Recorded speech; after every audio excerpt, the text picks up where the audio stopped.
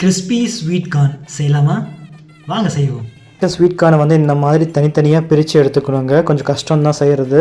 எனக்கு ½ hour ஆச்சு இது பண்ணுறதுக்கு. அதுக்கப்புறம் வந்து பார்த்திங்கன்னா இட்லி பானையில் வந்து பார்த்திங்கன்னா ஒரு உலக்கு தண்ணி ஊற்றிக்கோங்க. அதுக்கப்புறம் வந்து அந்த உதுத்து வச்ச கார்னை வந்து ஆட் பண்ணிட்டு கொஞ்சம் பிச் ஆஃப் சால்ட்டு ஆட் பண்ணிக்கோங்க. ஓகேங்களா?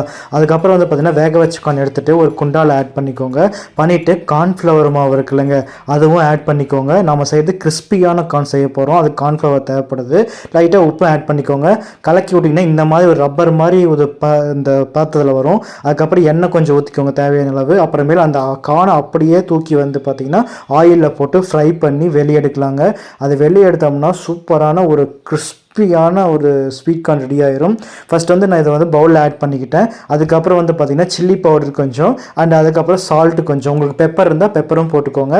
இது ரெண்டும் கலந்து மிக்ஸ் பண்ணி சாப்பிட்டா எப்பாப்பா செம்ம டேஸ்ட்டாக இருக்குதுங்க. நீங்கள் ஒரு ட்ரை பண்ணி பார்த்துட்டு எப்படி இருக்குன்னு சொல்லுங்கள். அண்ட் இதை பார்பிக்யூ ஸ்டைலில் இருக்குங்க.